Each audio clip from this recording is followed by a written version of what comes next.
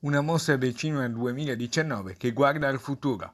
È anche questo un segnale di fiducia ai giovani che vuole dare al mondo la Kermesse cinematografica che si svolgerà al Lido dal 29 agosto al 7 settembre prossimi.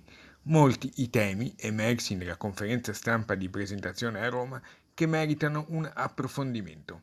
Anzitutto il grande successo della Biennale College. Il college sta generando, anche qui, speriamo una nuova generazione di giovani attori, autori, registi. Il festival avrà novità anche per quanto riguarda le sale di proiezione. La Mostra di Venezia ha raggiunto una capienza distribuita nelle varie sale di circa 6.000 posti. Il presidente della Biennale Paolo Baratta spiega. Fedeli all'idea che ogni anno bisogna aggiungere qualcosa per sentirsi vivi, vitali, abbiamo ingrandito il cubo rosso che da 440 posti passa a 540 posti.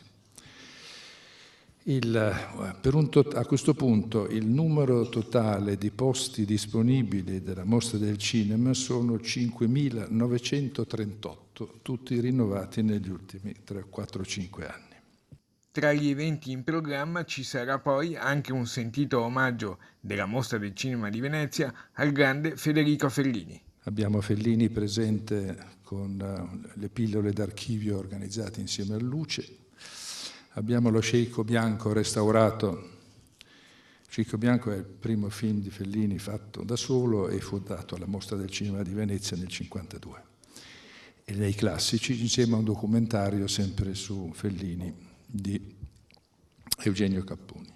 L'ASAC preparerà, il nostro archivio storico preparerà un po' di fotografie da disporre nell'atrio della Sala Grande.